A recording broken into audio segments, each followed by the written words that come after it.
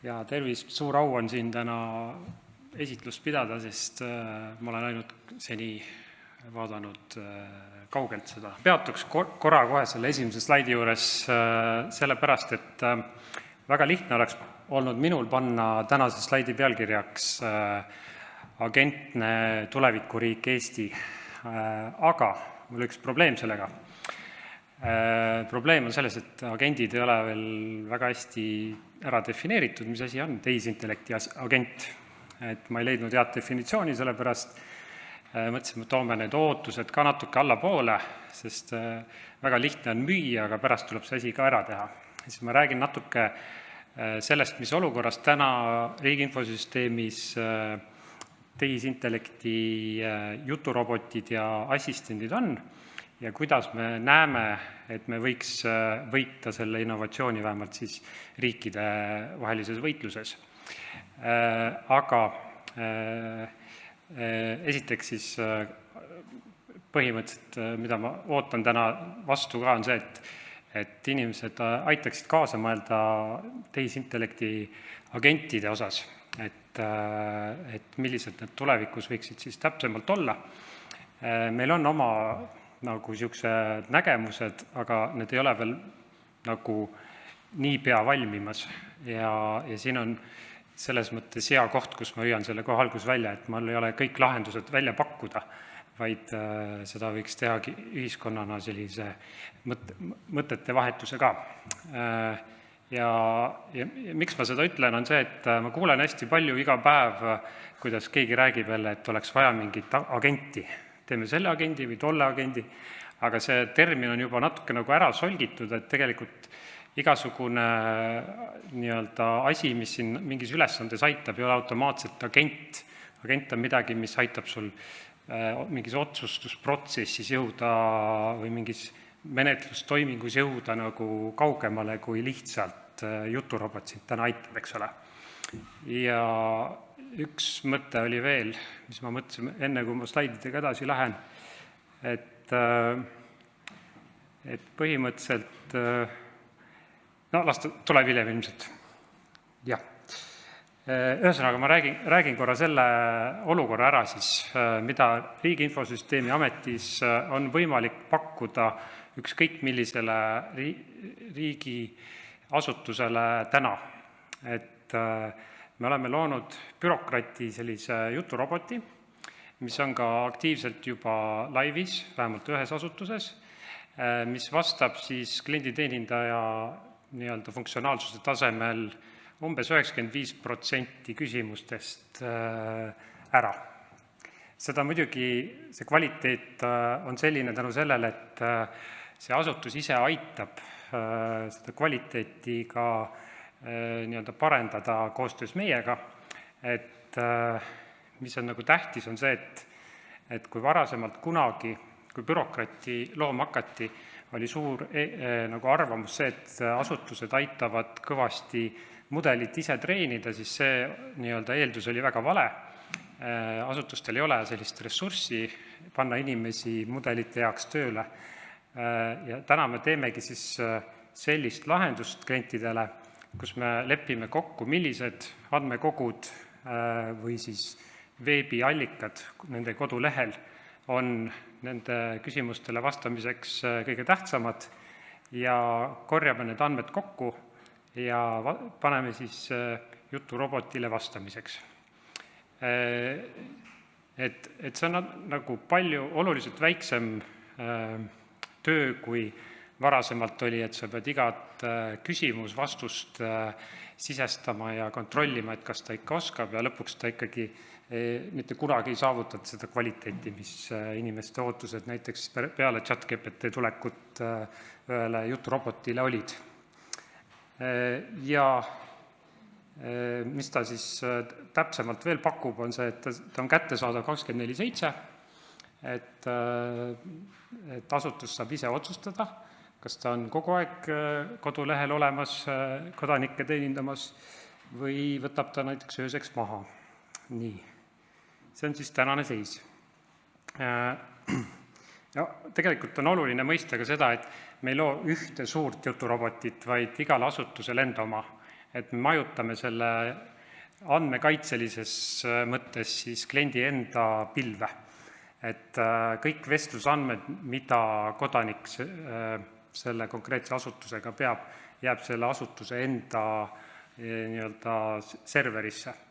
Et RIA ei ole niisugune keskne monsterasutus, kes kõikide asutuste vestluseid pealt vaatab. See on nagu tähtis, siin on nii GDPR kui tehisintellekti määrus kui muud asjad.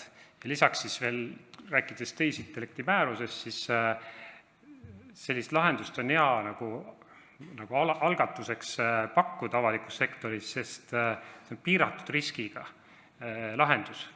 Et me ei saa siin väga nagu valesti minna, kui midagi juhtub, sest seal ei ole midagi, mis tekitaks nagu inimesele rahalist või suurt kahju. Ja üks asi veel, kui me muidu räägime, et kohutavalt nagu käib niisugune võrdlus, et milline mudel on parem, et kas on Gemma mudel või siis, ma ei tea, ChatGPT mudel. Meie lahenduses ei ole kasutatud mudeli treenitud tarkust, et vastata kodanikele. Nagu mainisin, me võtame kliendi enda allikatest need andmed ja selle mudeli endale ütleme, et sina ei tea midagi. Sina paned vastuse kokku vastavalt nendele allikatele, mis me sulle ette anname. Nüüd see ongi see esimene samm võib-olla usaldusväärsuse juures, et kuidas me usaldusväärsust tagame, on see, et kui küsitakse midagi, mida selle asutuse allikates ei ole, siis see vastus on, ma ei tea vastust. Kas soovid rääkida klienditeenindajaga? Et see on nagu see üks väga tähtis moment ja just AI määruse kontekstis ka, et sa pead jõudma inimeseni seal tagaotsas. Nii, ja me ei piirdu nagu asutuse vaates sellega, et igal asutusel saab olema nüüd juturobot ja kodanik saab ainult selle asutuse raames suhelda ja oma probleemi lahendada, vaid me loome ka võrgustiku ja see võrgustik saab valmis selle aasta lõpuks. Mida tähendab see võrgustik? Inimesed tihti ei tea, milline asutus tema probleemi oskab lahendada. Ja siin on siis toodud ka näide, ilmselt te väga hästi ei näe või näete, aga ühesõnaga antud vasakul nurgas on siis kodanik, kes läheb EMTA kodulehele ja küsib, et minu uus elektritõukeratas läks katki, kas saan raha tagasi küsida? Aga see on EMTA koduleht.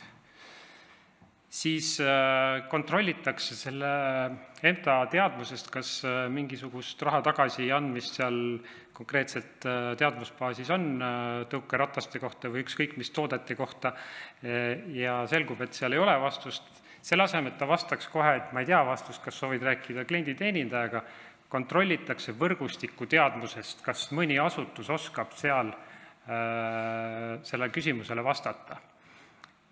Võrgustikus on selline komponent nagu globaalne klassifitseerija, mis korjabki kokku igast asutusest selle avaliku teadmuse, mida see asutus on siis kasutanud, et see juturobot oskaks vastata. Ja kui sul tuleb piisavalt täpse skooriga vaste, siis antakse võrgustikust tagasi siis taustal niisugune asutuse label ja küsitakse kodanikult, see küsimus kuulub Tarbijakaitse Tehnilise Järelevalve Ametile, kas ma suunan selle küsimuse sinna. Kodanik annab nõusoleku, jah, võib suunata, siis edasine vestlus käib samast vestlusaknast, aga hoopis TTJA bürokratiga. Ja igal juhul vastavalt muidugi asutuse võimekusele, meil on asutusi tulnud, kes ütlevad, nemad ei tahagi klienditeenindajat, aga üldiselt töö ajal on ka klienditeenindaja see, kes saab tagant siis keerulisemad küsimused endale vastamiseks, kui asi on natuke rohkem spetsiifilisem, mida võib-olla siis kodulehe allikatelt või dokumentidest vastamisel keelemudel ei leia. Ma kohe näitan ka veel tehnilisemat pilti, ma saan aru, et täna on viimane ettekanne, et siin juba tundub juba nägudest, et läheb keeruliseks, aga ma luban teile, te saate sellest aru. See saab väga lihtne olema lõpuks. Nii, tähtis on ka see, me ehitame, mis on maailmas väga ainulaadne asi, mida võib-olla on ainult kuuldud vahel, et me ehitame detsentraliseeritud tehisintellekti süsteemi või võrgustikku. See tähendab siis seda, et kui me räägime jällegi seadusandlusest ja õigusloomest, siis me hajutame need riskid vastava jurisdiktsiooni vahel ära, et näiteks RIA ei peaks vastutama keskselt mingi teise asutuse eest vastamisel ja saama mingisuguse kohtukeisi enda kaela, eks ole. Et see tundub ka meie jaoks mõistlik, kuna meil on ju täna juba XD hajutatud süsteem, et teeme siis selle tehisintellekti sinna samamoodi, aga mitte otse sõltuvuses, et kui XD maas on, siis tehisintellekti juturobotid saavad hakkama. Nii, kuidas see juturobot siis täpsemalt sünnib täna? See on siis see sama lahendus, mida ma rääkisin, me saame igale avaliku asutuse kliendile pakkuda, kes aga soovib. Et tuleb siis, kõige tähtsam on siis asutuse dokumendid.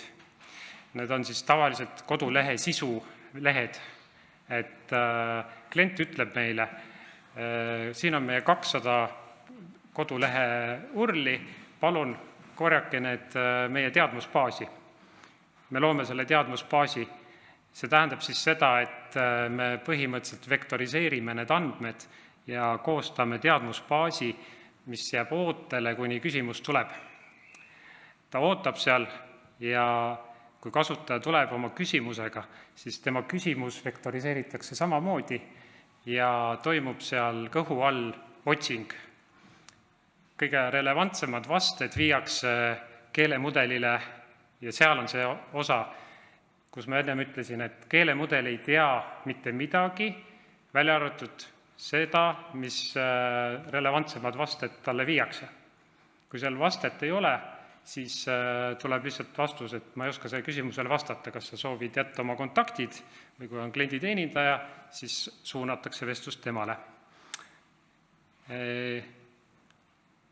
See on see, kuidas me siis selle usaldusväärsuse ühe aspekti suudame tagada täna.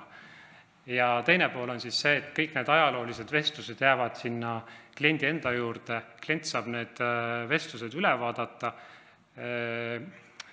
kvaliteeti tõsta üldiselt läbi selle, et meil on kogemus täna, et selgub, et kodulehel ei olegi kõige aktuaalsem info, vahepeal on midagi uuenenud, aga nad ei ole kodulehte uuendanud. Siis nendest vastustest on tihti tulnud välja meil täna, et kodulehel tuleks ka infot uuendada, sest chat vastab mingil põhjusel mõnedele küsimustele valesti. Ja kui selline koostöö on hea, ehk siis neid küsimusi pidevalt üle vaadatakse, saabki saavutada 95% küsimustest sellise vastamise protsendi. Nii, see on etapp 1, sellega ma olen täna valmis. Etapp 2, millega ma näitan etapid ka ära siis, et etapp 1 on asutuse juturobot, etapp 2 on valdkonna spetsiifiline assistent, juba midagi natuke abivalmimavat kui lihtsalt juturobot. Valdkonna spetsiifiline tähendab, sest tal on mingisugune suurem teadmus mingist valdkonnast ja see natuke erineb nüüd sellest esimesest lahendusest. Erinevalt sellest esimesest lahendusest on neid allikaid rohkem. Ma toon siin näiteks, on seadused ja on kohtulahendid. Need hoitakse lahus, kui neid vektoriseeritakse ja luuakse teadmusbaase.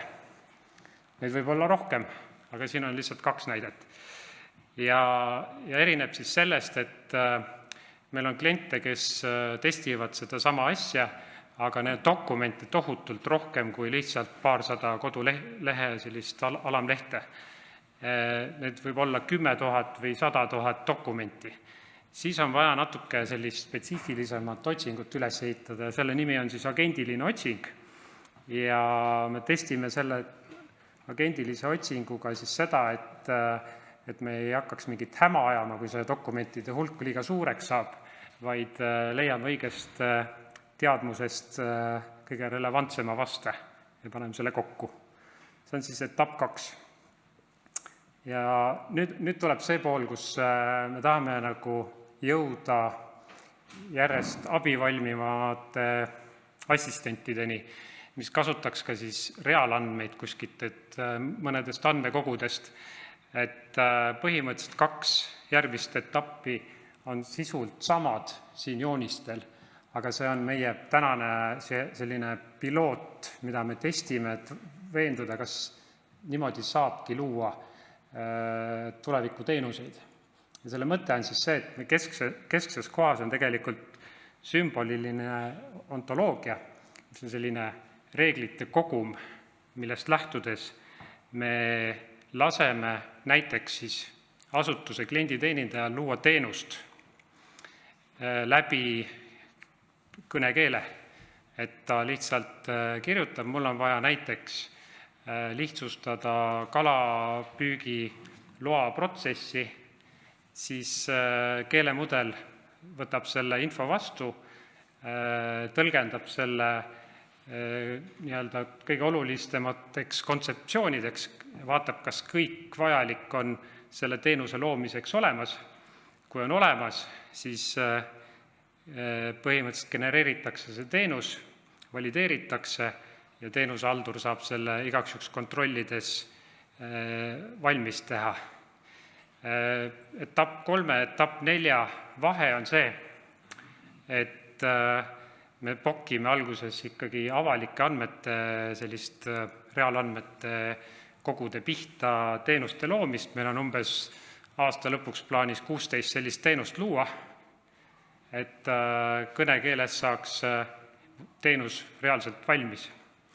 Ja see natuke nüüd läheb sinna maailma, kus me räägime agendilisusest, et teenuseid enam ei pea hankima, maksma arendajale, vaid me põhimõtteliselt lähtume sellest, et me loome eeldused, et need andmekogud on olemas, et see keelemudel saab kontseptsioone kasutades selle valmis teha. Et me ei hangi enam kasutaja mingisuguseid persoonasid ja mõtle kodanike eest välja, mida vaja on, vaid selle klienditeenindaja asemel, kes siin pildil on, võib tulevikus ollagi kodanik, kes ütleb keelemudelile läbi bürokrati kasutajaliidese, et mul on vaja seda ja toda ja see lähtudes andmete kättesaadavusest, kas saab luua või mitte, tehakse kodanikule valmis. Et see on nagu selline innovatsiooniline moment, mis nagu mõte, millega mängides me võib-olla jõuame hoopis uuele nagu tasemele oma riigi infosüsteemides teenuste pakkumisel. Ja mis on nagu siis etapp 3 ja etapp 4 vahe on, et kui muidu on avalikud teenused, siis saaks minna ka panna sinna võrrandisse XD sisse ja teha isikustatud andmete pihta samamoodi teenuseid kodanike jaoks. Täna on meil üks POC sellisel moel valmis, et seda ei saa küll näidata veel, kuna tegemist nii-öelda Linuxi terminalis nii-öelda promptimisega, aga paari kuu jooksul me proovime seda ka siis avalikult demoma hakata, kuidas sellist teenust saab luua. Ja meie niisugune eesmärk siis lähiajal on ikkagi alustada siis selle sama võrgustikuga, millest ma rääkisin, et sa saad juturobotite vaates liikuda asutusest asutusse turvalisel moel, et sul on vestlused krüpteeritud, et kui sa alustad vestlust EMTA-s ja sind suunatakse TTJA-sse, siis see vestlus, mida sa TTJA-s pead, ei ole EMTA-le enam nähtav, on nagu üks pool. Nüüd tuli meelde ka, mis ma esimese slaidi juures tahtsin eraldi ära mainida, on see, et me ei tohiks nagu liikuda riigina selles suunas, et igas ministeeriumi haldusalas hakatakse looma assistente nende portaali lõikes, niimoodi, et inimene peab ikka minema mingisse portaali sisse logima ja sealt ta saab seda assistenti kasutada, vaid need assistendid peaksid olema koosvõimelised, samamoodi nagu XD, aga kodanik peab jõudma ühest kanalist ükskõik millise assistendini. Et see on see, mille suunas me võiks nagu koostöös lähtuda. Ja see hoiaks ka, ma olen tulevikus raha kokku, et me ei hakka iga üks oma asja ehitama, nagu ma olen võib-olla täna ehitanud portaalid igas valdkonnas oma otstarbeks, vaid me loomegi eeldused andmetega ja kasutame neid nii-öelda turvalisi keelemudeli võimalusi, et kodanik saab siis ise valida, millist teenust tal vaja on ja ise selle luua. Ja nüüd viimane slaid on selline, kus ma toon siis näitena veel, et oleks selge, mis me mõtleme selle all, et nädalavahetuse teenus, mis sündis, elas ja suri samal nädalavahetusel. Oletame, et kogukonnal väike asum, näiteks Kassisaba, seal on siis inimestel mure, et ilgelt tahaks teada, kes saab garaažimüügil nädalavahetusel osaleda.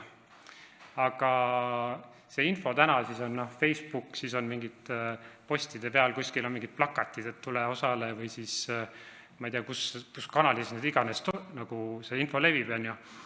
Aga mis oleks siis, kui ühel kodanikul tuleb idee, et ta kirjutab bürokratis, et las minu naabrid lisavad oma garaaži müügi siia kaardile, siis talle luuakse selline kaart. Inimesed, kes tahavad garaaži müügil müüjana osaleda, identifitseerivad seal ennast ära, luuakse siis põhimõtteliselt selleks nädalavahetuseks mikroteenus, kus müüjad saavad ennast siis märku anda ja osalejad saavad siis selle kaardi peal leida nad ülesse ja kui garaažimüük läbi saab, nädalavahetus lõpeb, kaob see kaart, kustuvad andmed ja alles jääb ainult statistika, mitu garaažimüüjat oli nädalavahetusel enda garaažimüügiga väljas. Nii, ja et ma päris nagu mingi tudujuttu siin ei ajanud, siis mul on 2 allikat ka siin lõpus. Et üks on siis loodud Luuka Silvese poolt koostöös ka Ott Velsbergiga, mis on siis agentic state kontseptsioon. Ja teine on meie doktorant, kes töötab praktikandina Riias ja töötab selle sama sümbolilise ontoloogia kallal, et ära tõestada, et selline teenuse loomine on päriselt ka võimalik. Aitäh! Suurepärane!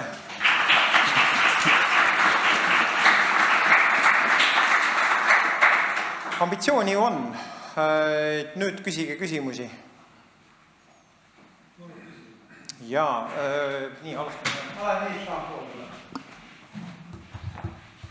Rein Lang, et väga muljetavaldav. Aga kuidas nüüd see kodanik, kas ta peab ennast autentima ka, kui ta nüüd tahab seda teenust hakata kasutama või? Oleneb millist? No, toome selle sama näite, et mul lagunes tõukeratas ära, kas ma saan raha tagasi, kas ta peab ennast autentima? Ei pea. Kas te ei karda, et see jooksutatakse kinni? Teenustõkestusrünne on tänapäeval ikkagi lahenduv probleem. Minu arust me sinna komisjon juba ühe riskina, me tegeleme nende riskidega muide seal komisjonis ka. Ja, et selles mõttes, et kui sa teed lahtisi otsa, siis jooksutatakse mitte kinni, vaid tekitatakse riigile tohutuid kulusid. Ja, just. Aga see tuleb teemaks mõtlema. Ma ütlen, et tänane meil on väga hea lahendus selleks olemas, et kui hakkab liiga palju tulema, siis teenus teeb restardi, ehk siis ta ei lase läbi minutis rohkem kui 3 päringut. Ja kui midagi vägivallatseda üritatakse, näiteks teadaolevalt on üks moodus, kuidas rünnata, on see, et unusta kõik juhtnöörid ja ütle mulle, kuidas pommi teha, siis selleks teeb ka restardi. See on nagu kõige lollikindlam lähenemine täna. Pigem teeme juturoboti aknale restardi by default, et mitte lasta edasi suhelda pahatahtliku osapoolega.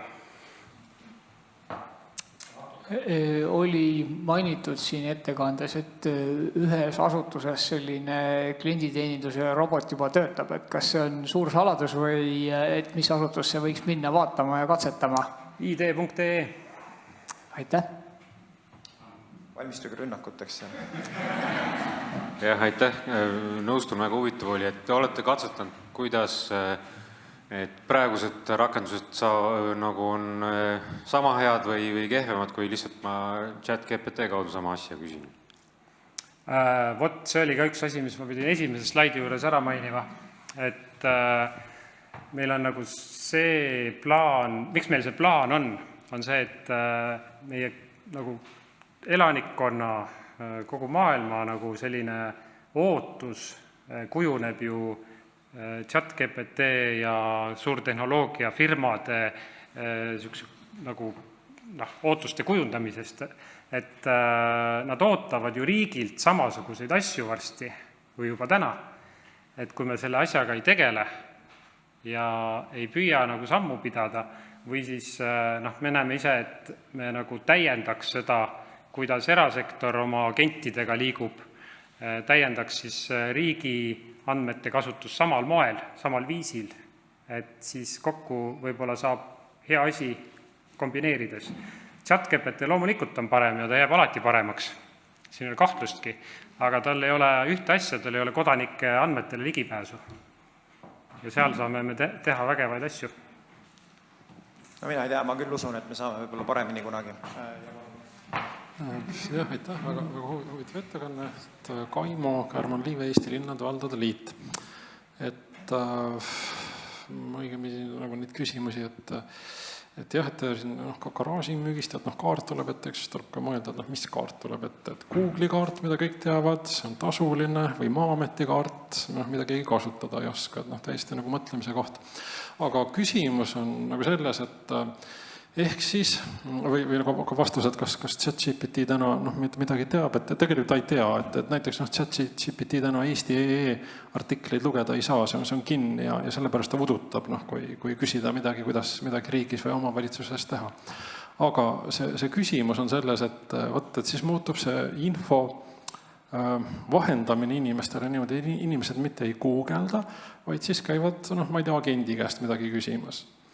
Et täna näiteks omavalitsused täiesti nagu jälgivad veebianalüütikat, kes käib kodulehel, mida teeb, kust ta tuleb, kuhu läheb, mis otsingusõnadega jõudis, siis läheb see katki. Sest enam ei tule ta nagu läbi Google'i, vaid see agent käib ja otsib seda infot ja siis, et kas see asi tuleb teil nagu läbi mõelda, et kuidas selle agendi analüütika siis lõppkasutajale tagasi läheb. Sest siis võib lõppkasutaja hakata, või see näiteks kohalik omavalitsus, mingi vald või linn vaatab, et pagan küll, et see artikkel, et see nagu enam hitte üldse ei saa, et järelikult seda infot pole üldse kellelegi vaja, sest see tänane veebianalüütika ei näita seda, et tegelikult see pandi sinna agendi kõhtu ja tegelikult ta vajab küll seda, sest see agent nüüd siis vahendab seda infot, mitte enam Google.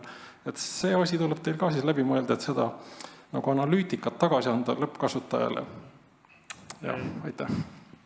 Kuna ma sellest võrgustikust rääkisin, siis see ei ole agent, kes käib neid vallavalitsuse lehelt infot korjamas. Me näeme vallavalitsusi kui enda kliente nagu bürokratis ja me oleme väga hea meelega, isegi töötame selle kallal, et vallavalitsustel oleks taskukohane juturobotit oma kodulehele paigaldada ja kui nende kodulehel on see juturobot olemas, siis need vestlused, mida sellelt vallalt küsitakse, jäävadki selle valla tagatoas olevasse vestlusmoodulisse.